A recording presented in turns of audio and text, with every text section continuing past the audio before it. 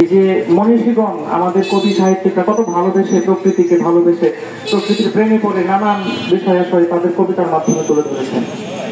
এই যে ঝিনাইদহে যে গাছটি কাটা হয়েছে, এখানে শত শত যে বাবুই পাখির ছানারা মারা গেছে গাছটি কাটার ফলে, তাদের যে বাসাগুলো ছিল সবকিছু ভেঙে চুরমার হয়ে গেছে।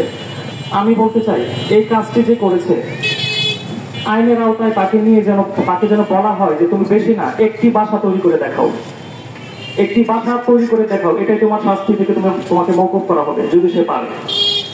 ফুল, প্রকৃতি, মাটি, পানি, বাতাস, মানুষ সবাই তো পরিবেশের অংশ। তো আমরা মানুষ হয়ে যদি সবসময় শুধু আমাদের দাম্ভিকতাকে ধরে রাখি, আমরা আমাদের অহংবোধকে ধরে রাখি, আমরা প্রকৃতিকে ধ্বংস করতে থাকি, তাহলে তো আমরা একসময় বিপর্যস্ত হয়ে যাব। তাই আমি চাই প্রকৃতিতে মাটি, পানি, বাতাস, পশু পাখি সবাই মিলেমিশে বসবাস করব। সৃষ্টিকর্তা সবাইকে ভালোবেসে তৈরি করেছেন, তিনি তো কারো প্রতি বৈষম্য করেননি, তাহলে মানুষ কেন প্রকৃতিকে ধ্বংস করবে?